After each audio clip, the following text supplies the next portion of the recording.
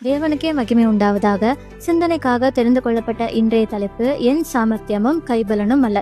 இயேசுவின் வாழ்க்கை வரலாற்றை குறித்ததான த சூசன் வெப் சீரிஸை இயக்கிய டெல்லாஸ் ஜென்கின்ஸை பற்றி உங்களுக்கு தெரியுமா?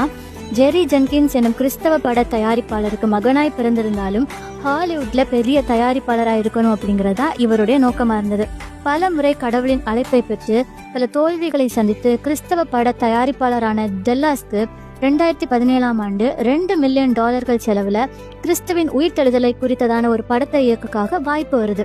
இந்த படம் உலக அளவுல பலரால் எதிர்பார்க்கப்பட்டிருந்தாலும் இவர் கடவுளை மையப்படுத்தாமல் செய்த சில தவறுகளால மிகப்பெரிய தோல்வியையும் செலவை விட அதிகமான நஷ்டத்தையும் சந்தித்து இனி அனைத்தும் கிறிஸ்துவுக்கேன்னு ஒப்பு கொடுத்தாரு. எதிர்பாராத விதமா தன் திருச்சபைக்காக இவர் தயாரித்த ஒரு குறும்படம் உலகத்தோட பார்வையை டெல்லாஸ் பக்கம் திருப்பவே அதை அடித்தளமா வச்சுதான் த சூசன் தொடர்கதையும் இயக்கிட்டு இருக்கிறாரு.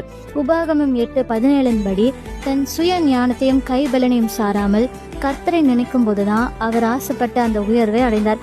இவரை போல உயர்வை அடையும் போது நம் பலனால் வந்தது என மேன்மை பாராட்டாமல் கர்த்தரை மேன்மைப்படுத்த நினைப்போமாக. ஆமேன்.